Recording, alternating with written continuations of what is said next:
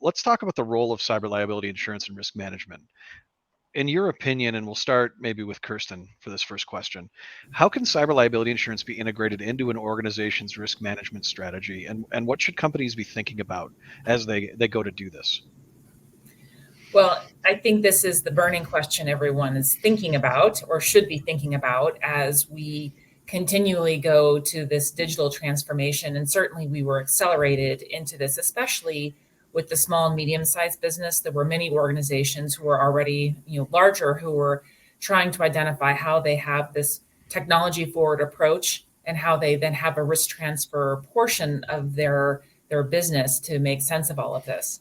For smaller organizations, even into the mid and small enterprise, this idea of really using a cyber insurance policy as a means of transferring the last piece we call residual risk has become something that is being worked into the security posture. And so a couple of things. One, I think it enables the security practitioner to have a different conversation in the executive suite because it enables them to really show how a company could be impacted by a cyber incident, but also how the investment in tools and technology products, in addition to risk management and risk transfer, really complete that whole circle. And so what we've always been trying to figure is how do we make good on you can get a discount, but not like a small discount, but a substantial discount when you make a real significant investment into security posture. And what is that line of demarcation? When you start adding products to the point that it doesn't make a difference anymore, your risk is your risk. And so I think that these are the things where we're becoming mature enough in cyber organizations to make those decisions and have those conversations, but also that the insurance industry is maturing in a way that they can start to discount and understand the impacts against those cyber attacks with the type of security posture that people are implementing. And so I believe we need to have a continually much more collaborative approach between those 2 points to really help organizations, because what we've seen to date and why the market is so challenging is someone bought $1 million policy for $400 and they thought that was fine and didn't invest in anything. And lo and behold, it makes a market full of losses when all of a sudden it's accelerated in frequency and severity of those incidents. So those are the areas where I think we're really starting to see significant shifts and changes in that realm.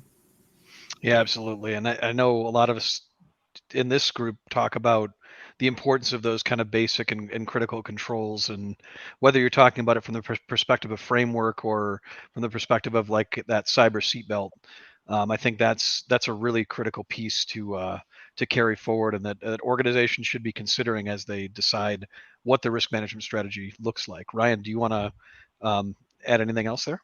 Yeah, I would just add, I empathize with, anyone in that seat with an organization that has to make these decisions. I think for a long time, you kind of have two sides of the spectrum. You have the side of the spectrum, Kirsten, to your earlier point where, well, I do nothing, but I have insurance. And then you have the other side of the spectrum, which is I'm over inundated with new product. I buy whatever I can. I'm frustrating my C-suite. They think I'm throwing $1 million on the products on the wall, hoping they'll allow some to stick. So I think what's good for the industry as a whole right now is the alignment of cyber insurance with regulators, with the folks who are writing framework. And you can really start to take a more strategy-led approach, meaning my strategy dictates my product versus my product dictating my strategy. And I think that shift, even in the last 6, 9, 12 months, has been really impactful. In Kirsten, to your point, those conversations the security experts internally have with the C-suite is a lot different when you roadmap out a path that's based on something established outside of the organization, that's based on insurance, it's based on requirements. And then to your point, and you can show that ROI of, putting these things into place by getting the discount. So I always try to keep things simple. Like, you can't get life insurance unless you're healthy. That's just how it works.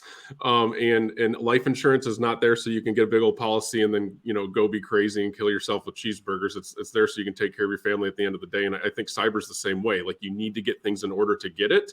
It's not meant there to be, your strategy overall for taking care of your company. You heard it here first. No, don't cram cyber cheeseburgers.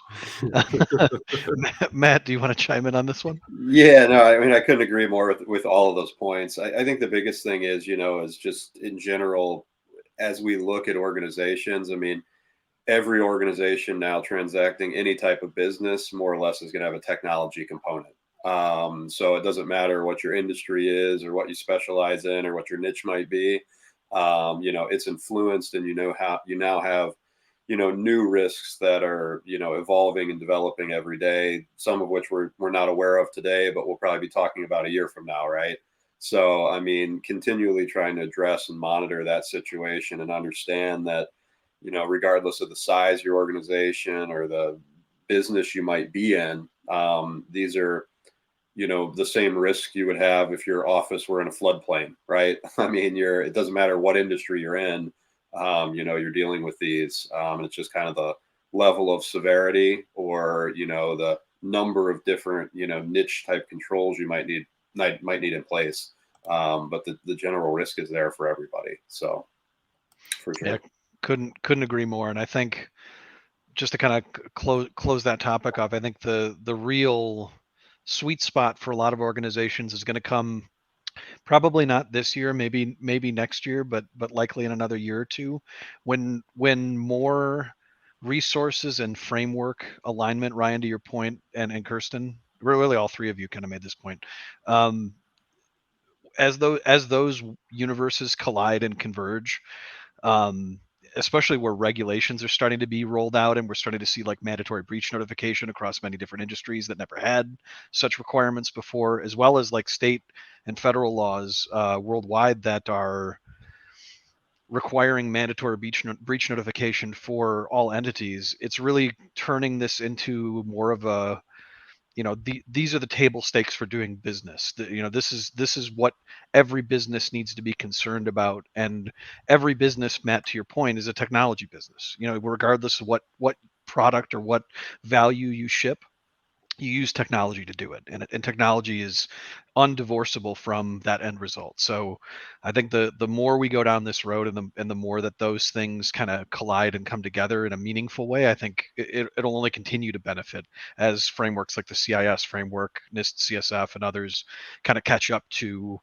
modern analysis of risks and controls as they actually impact live incidents. Ryan, to your point about not just throwing a million products at the wall. It's really more about identifying the short list of things that make the most difference, the 20% of things that make 80% of the difference, and going whole hog on those, and then doing what you can outside of that.